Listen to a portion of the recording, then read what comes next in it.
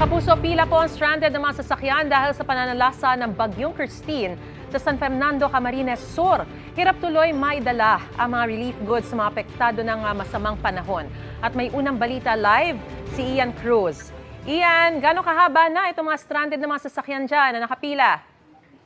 Well, Luis, sa ating kataya, ang nakikita natin ay around 5 to 6 kilometers yung stretch dahil maris mula dito sa San Fernando, Camsur ay umaabot hanggang doon sa Pamplona at even doon sa area ng Libmanan ay talagang may mga nakastranded na mga sasakyan. At Maris, ang magandang balita lang kahit paano napansin natin na bumaba na ng kaunti yung tubig dito nga sa Maharlika Highway dito sa area ng San Fernando, Camsur.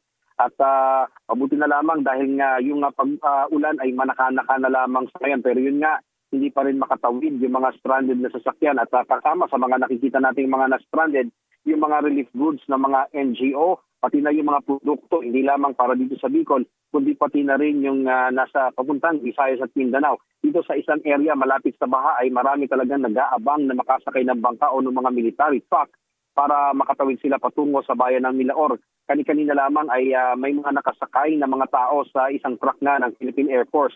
Marami, Maris, mga 3 araw nang naririto at wala na rin pang gasto sa kanilang pagkakastranded.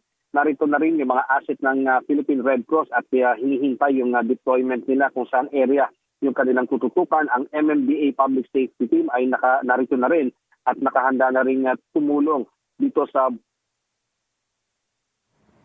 Ian? Alright, yan po ang balita ni Ian Cruz.